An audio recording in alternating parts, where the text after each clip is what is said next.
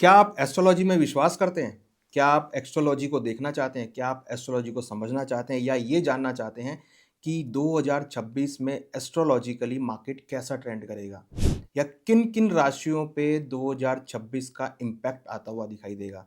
तो ये वीडियो आपके लिए अंत तक बने रहिए, यहाँ हम डिस्कस करेंगे कि एस्ट्रोलॉजिकली फाइनेंशियल मार्केट कैसा हो सकता है और किन-किन राशियों पे इसका इफ़ेक्ट पड़ सकता है। तो सबसे पहले हम बात करते हैं कि 2026 का क्या महत्वपूर्ण इम्पैक्ट है। सबसे पहले तो अगर आप 2026 को न्यूमरोलॉजी के अकॉर्डिंग काउंट करेंगे तो इसका मूलांक आता है 1। 1 का मतलब है सन, सन का मतलब है एनर्जी, एनर्जी मतलब full of passionate, full of confidence. It means कि ये उन लोगों के लिए है जो फुल ऑफ पैशनेट हैं, फुल ऑफ एनर्जी हैं। 2026 का इम्पैक्ट किन-किन राशियों पे पड़ेगा ये जानना बहुत ज़रूरी है। तो सबसे ज़्यादा इम्पैक्ट पड़ेगा एरिस पर, सैजिटेरियस पर और लियो पर।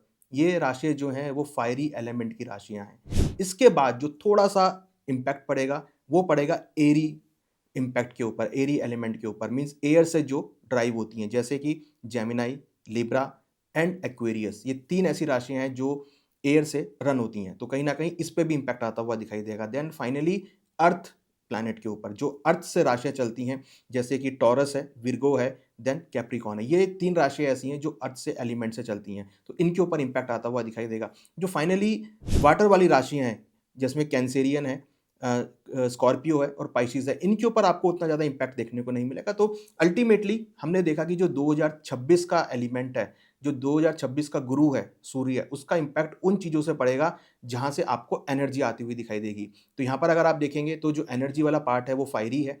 एनर्जी को इंक्रीज़ करने के लिए आपको एयर की ज़रूरत होती है। जब हवा चलती है तो आग भड़कती है, तो डेफ़िनिटली फायरी का यहाँ पर बहुत बड़ा एलिमेंट एयर यूज़ करता है। Then earth, earth is also a part of huge energy. तो यहाँ पर अगर हम देखें तो अर्थ इसलिए इम्पोर्टेंट है क्योंकि अर्थ के अंदर बहुत एनर्जी है। तो अर्थ से जो एलिमेंट चलते हैं वो भी यहाँ पर आपको मूवमेंट में आते हुए दिखाई देंगे। यहाँ पर अगर हम बात करें कि इसको हम किस तरीके से फाइनेंशियल मार्केट में डिकोड करें, तो यहाँ पर अगर हम देखें तो 2026 में वो एलिमेंट यहाँ पे चलने वाले हैं या वो सेक्टर यहाँ पे चलने वाले हैं जो पावर से रिलेटेड हैं, जो एनर्जी से रिलेटेड हैं या जो काफ़ी चमक-दमक से रिलेटेड है। मीन्स जहाँ पर आपको पावर है, एनर्जी है।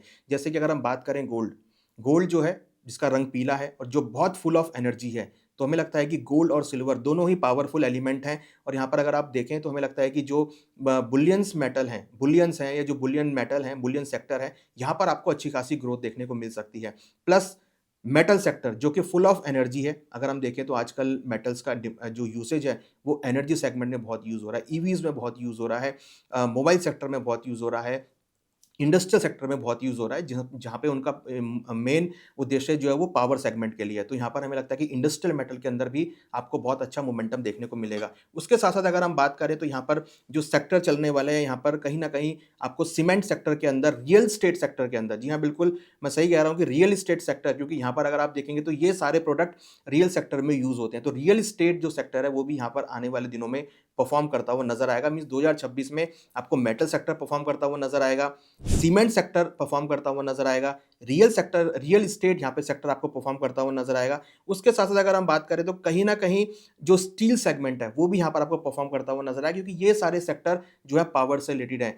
यहाँ पे power sector, renewable energy sector आपको यहाँ पर मूव करते हुए नज़र आएँगे, प्लस बैंकिंग सेक्टर, क्योंकि ये रुपए से रिलेटेड है और रुपए के अंदर बहुत, करेंसी के अंदर बहुत एनर्जी होती है। तो कहीं न कहीं हमें लगता है कि ऐसे सेक्टर यहाँ पे चलते हुए नज़र आएँगे 2026 में, जो फुल ऑफ एनर्जी हैं।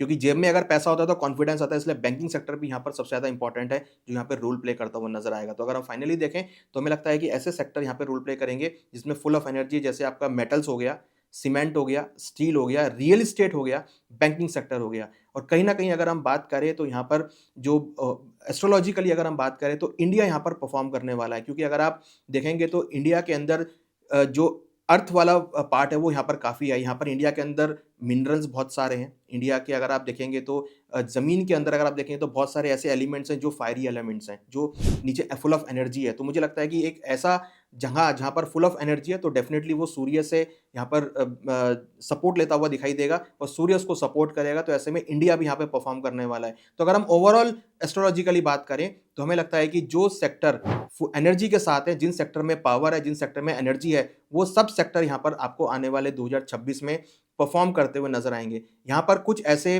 जो ग्रह हैं वो यहाँ पर जो गोचर होंगे, जिसमें हम बात करें मार्स की, जिसमें हम बात करें सैटर्न की, जिसमें हम बात करें राहु केतु की, जिसमें हम बात करें जुपिटर की, ये ऐसे कुछ ग्रह हैं जो यहाँ पर इस साल गोचर होते हुए दिखाई देंगे। और ये जो जितने भी ग्रह हैं, ये कहीं न कहीं सभी चीज़ें जो हैं वो फुल ऑफ एनर्जी हैं। तो मुझे लगता है कि इनसे आपको मार्केट को सपोर्ट आता हुआ दिखाई देगा। और जो इन सब चीज़ों से ड्राइव होते हैं, उन सब सेक्टर में आपको एक अच्छी खासी परफॉर्मेंस आती हुई दिखाई देगी। तो अगर हम एस्ट्रोलॉजिकली फाइनली बात करें, तो हमें लगता है कि 2026 जो है वो पावरफुल एलिमेंट्स के लिए, मेटल्स के लिए, एनर्जी के लिए, इंडिया के लिए काफ़ी पॉजिटिव होने वाला है।